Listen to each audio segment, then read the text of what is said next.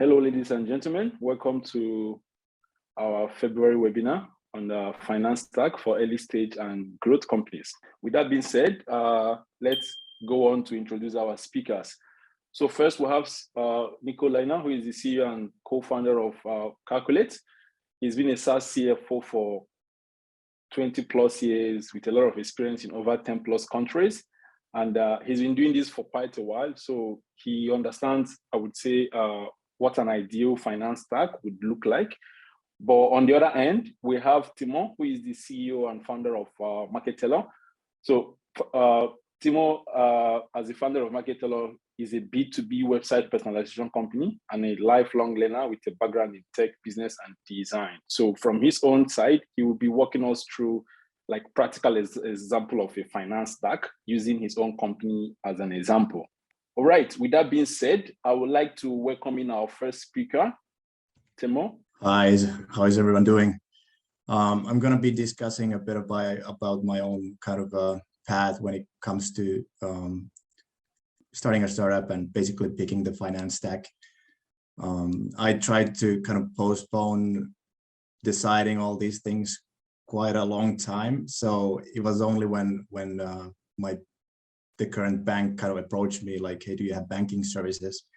That I started to actually consider that maybe I should have something on that front as well.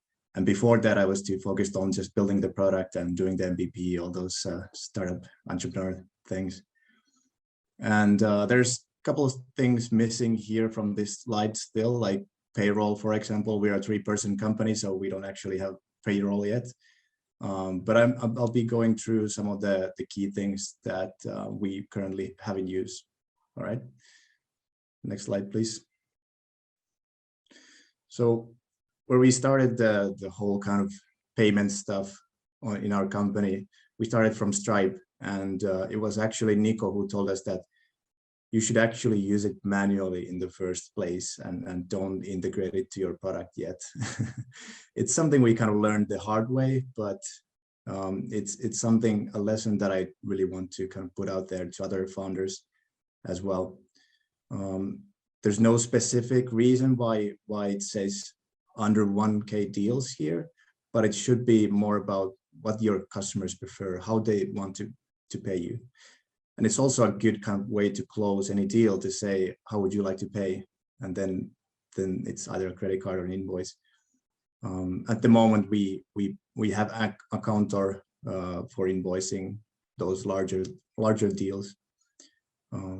There's some good aspects about Stripe, which is that all the customers can basically self-manage all their subscriptions and see the invoices, so you don't have to send those to the customer all the time when they're asking them, because it's fully self-managed service. All right, let's go to the next slide.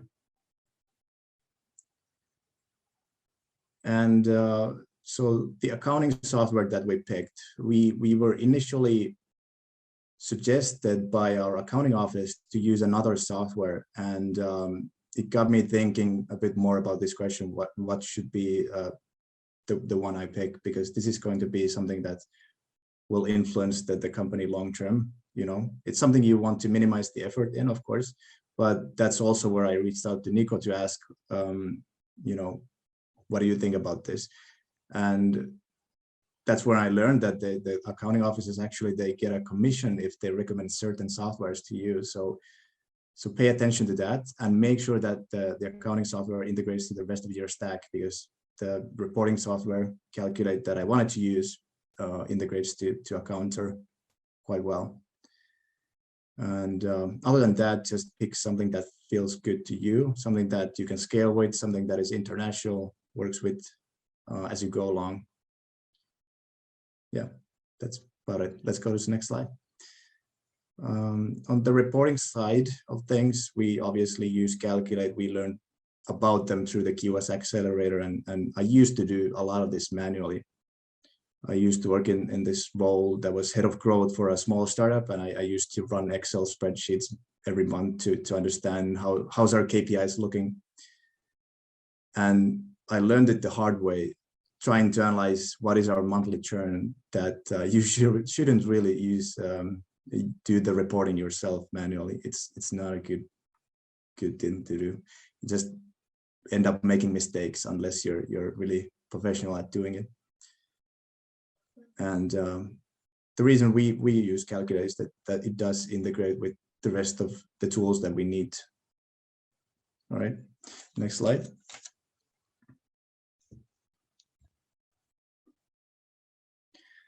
And when I do some of the financial planning and modeling, I'm using Causal and Calqulate kind of side by side. In Causal, I build models that help me understand if there's some uncertainty in the figures. For example, do I know for certain that my average deal price is going to be 20,000?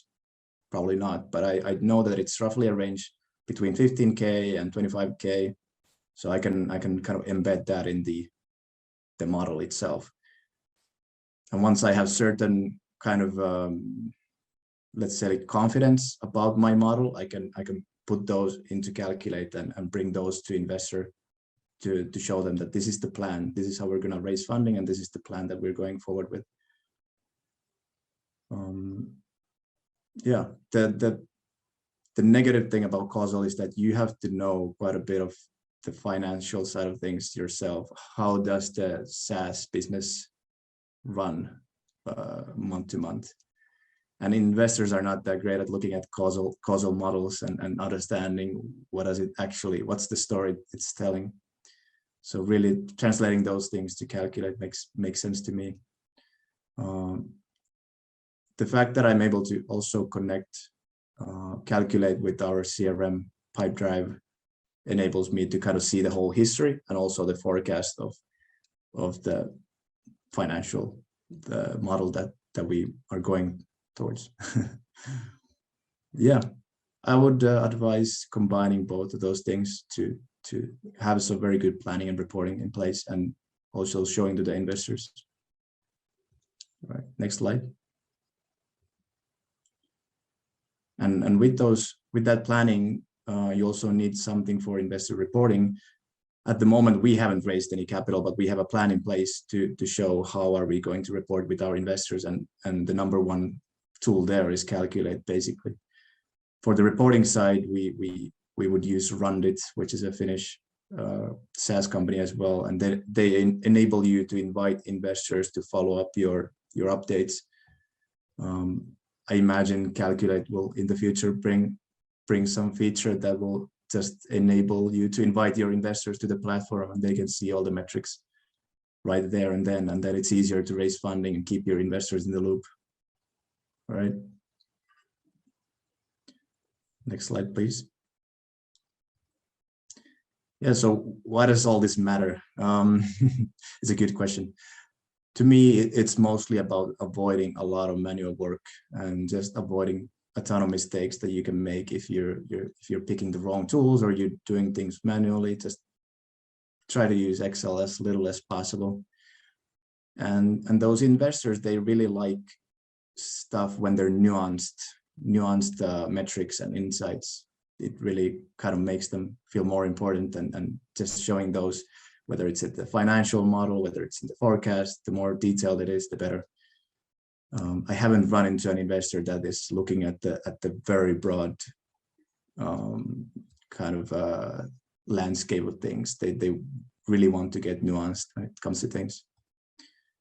And if you do this right, I believe it's easier to find a good investor that is KPI driven and not too much like driven by other things that might not mean so much in your company.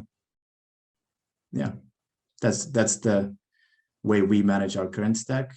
Would be nice to hear about Calqulate a bit more, how they manage their finance stack as well. Niko, do you want to jump in and answer to Teemu's like how we currently manage our finance stack, or is it too early for that now? No, I think I can take that question now. So we basically have quite a similar finance stack to Markettailor. So we use Stripe for our kind of easier products that we're building.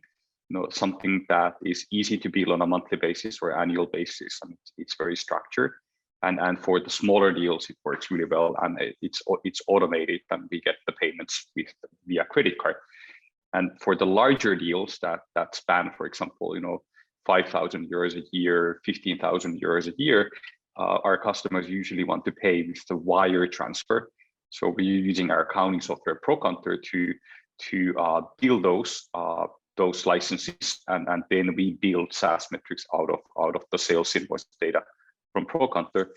And then we basically use HubSpot as our CRM. We have our full pipeline views over there. We see, what's the status of each deal when it's supposed to be closing, which probability, and so on. So we can use that data for our sales forecasting as well, what we do in Calqulate there. And we have a couple of different subsidiaries.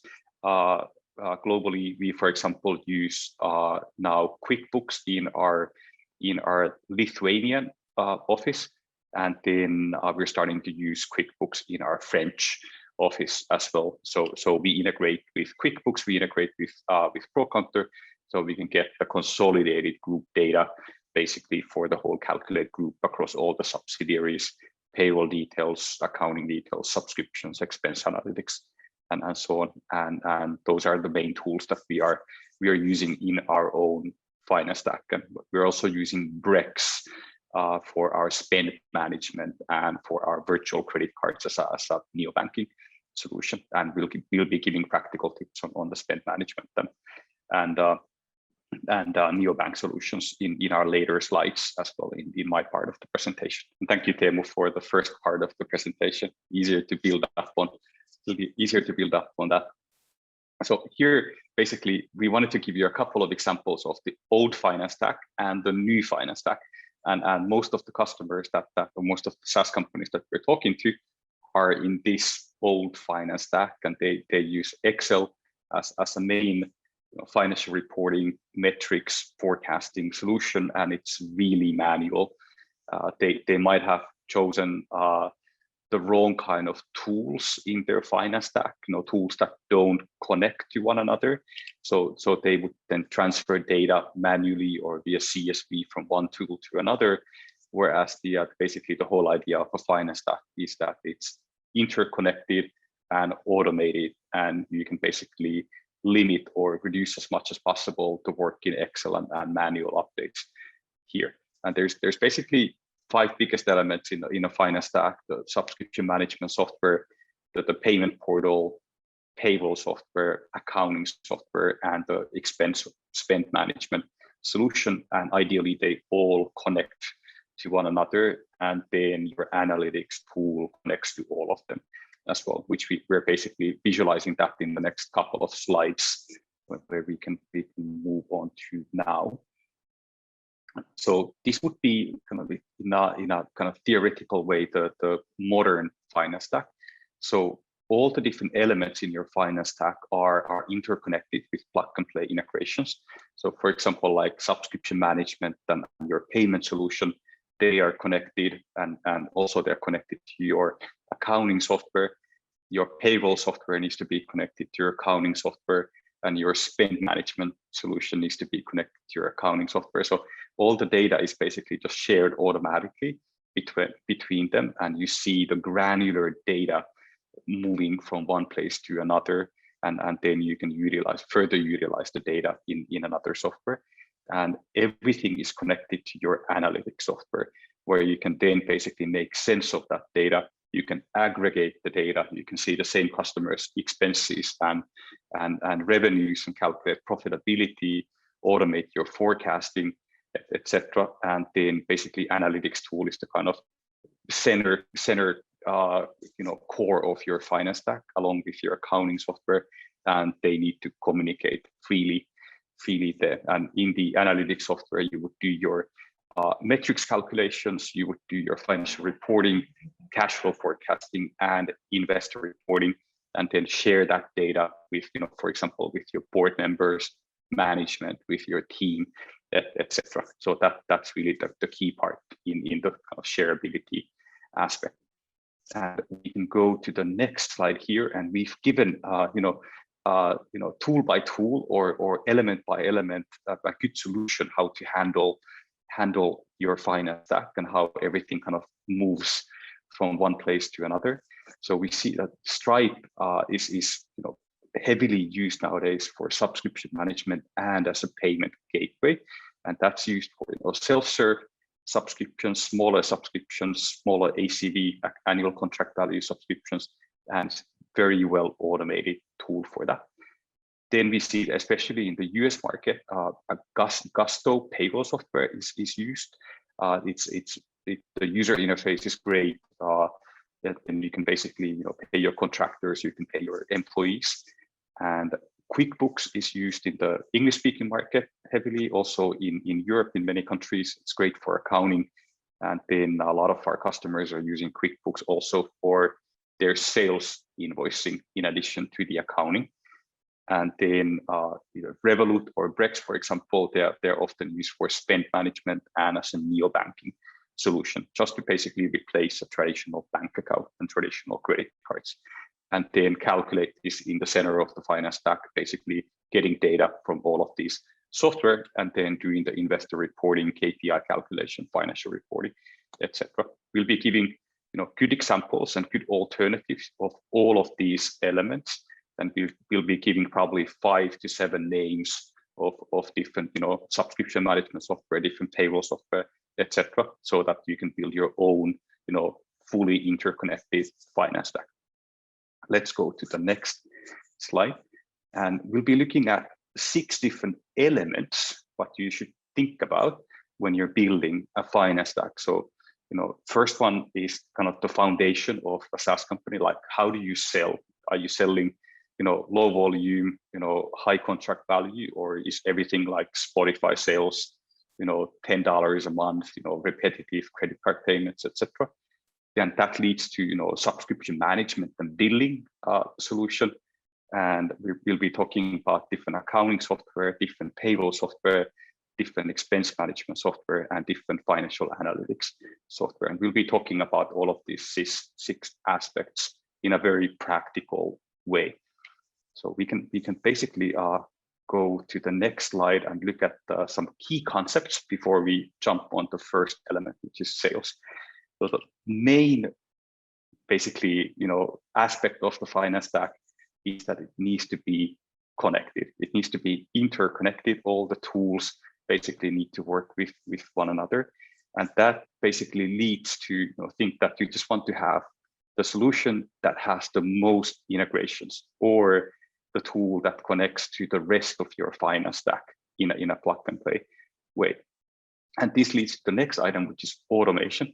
If your finance stack is fully connected, it adds a lot of automation in your processes. So you can eliminate manual work, you can eliminate a lot of manual errors, for example, so that you can just basically sit back and enjoy the ride because the automation is doing the work for you. And one last aspect is complexity. Usually it's better to choose an industry-specific tool for the job, or a very narrow tool that does one thing really well, and then it connects to the other parts of the software, and not necessarily an all-in-one tool that tries to do a little bit of everything, because usually there's a core functionality that works really well, and then some of the satellite functionalities don't necessarily work that well. So it's usually better to choose an industry-specific tool for whatever you're looking for. Let's jump to the next slide here. So let's look at the first element, which is the foundation of a SaaS company's finance stack. And this basically dictates a lot of things in the kind of rest of the process. So this is really good to understand first. Here you have to think about, like, who are your customers?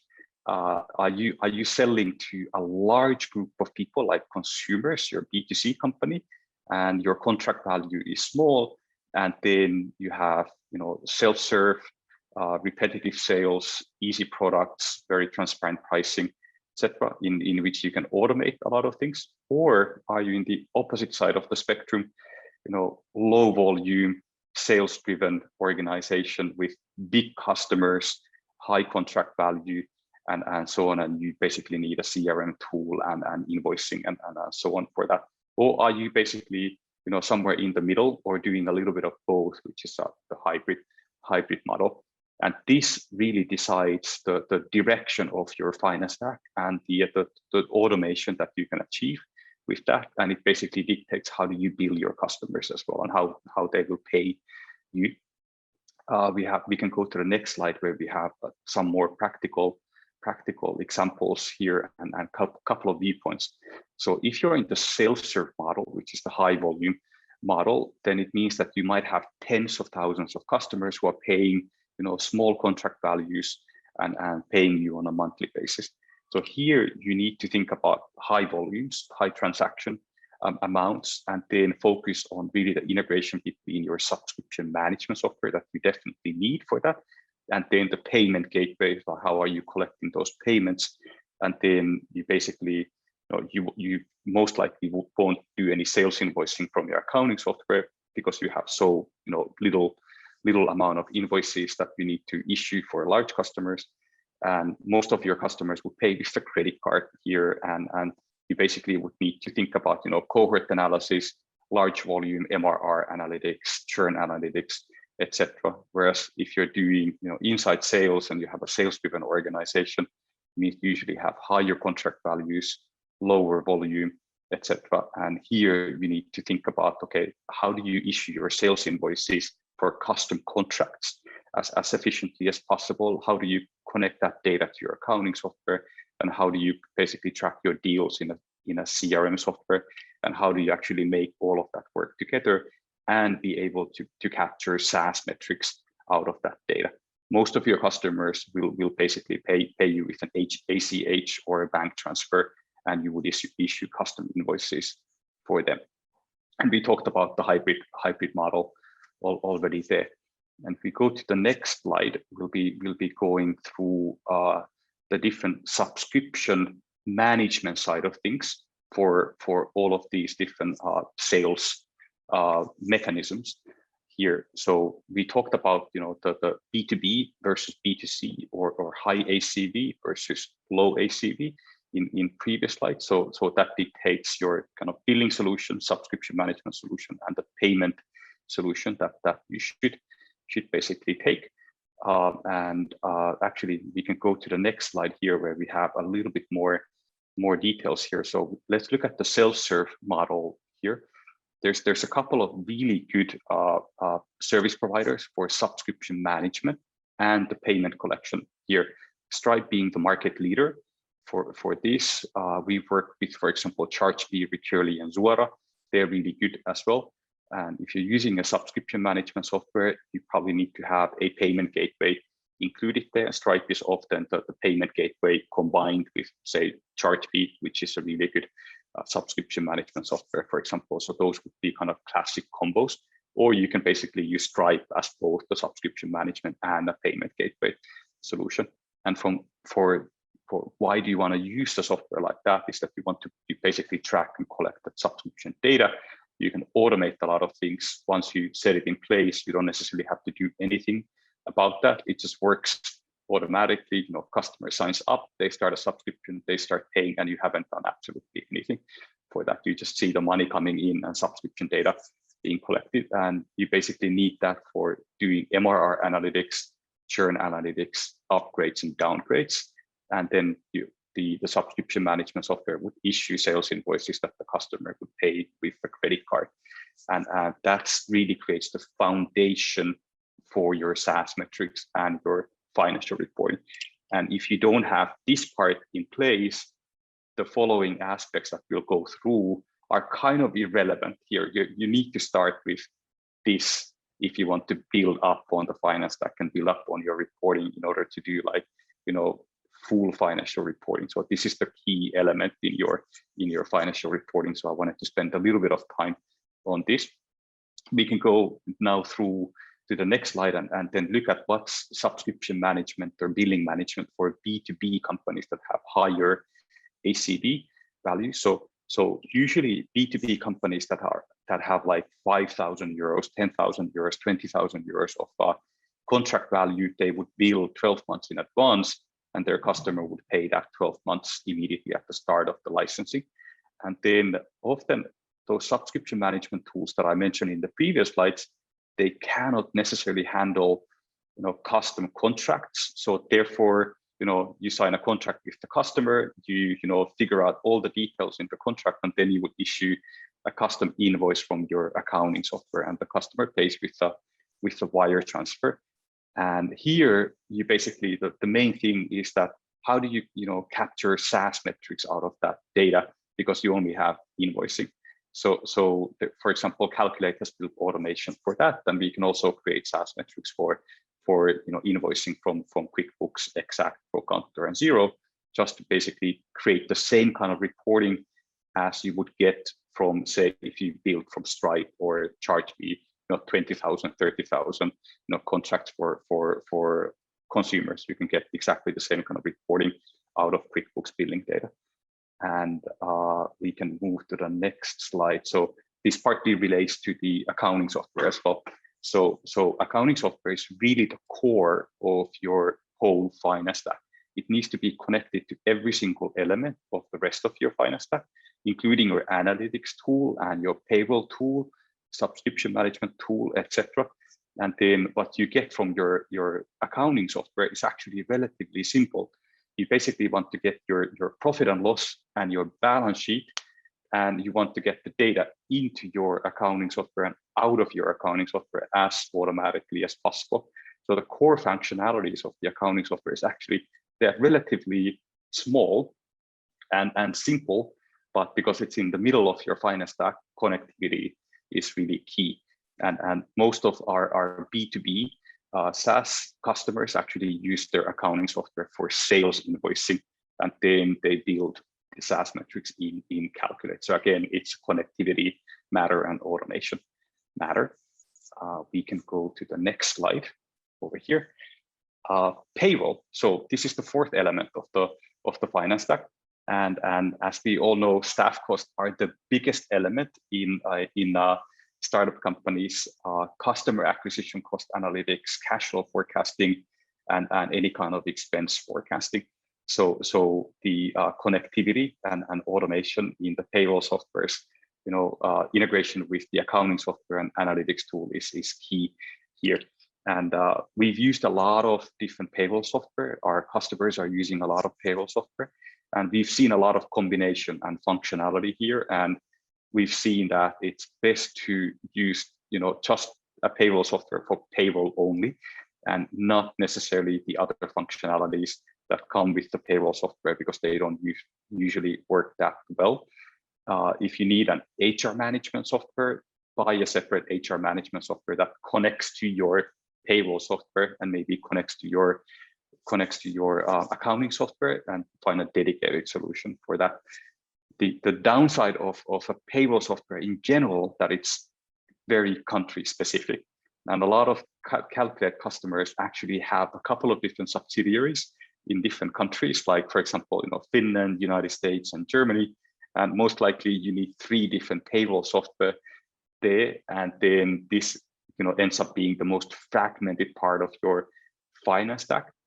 But if you can find a solution that you basically get the payroll data from all of your payroll software to your analytics tool, the better. That might be a challenge in many cases, but then that might be the only exception to the rule, that some of the things that we might have to do with CSV or manual input to achieve the full connectivity and full automation here. But the payroll software needs to be connected to that country's accounting software and HR management software. That's the minimum requirement for this. Let's go to the next slide, where we have a couple of really good payroll software options that we've used ourselves and what our customers are using. So Calqulate is, for example, using Payfit in France. It's also available in the UK, and we're using ProCounter for our payroll and accounting in Finland.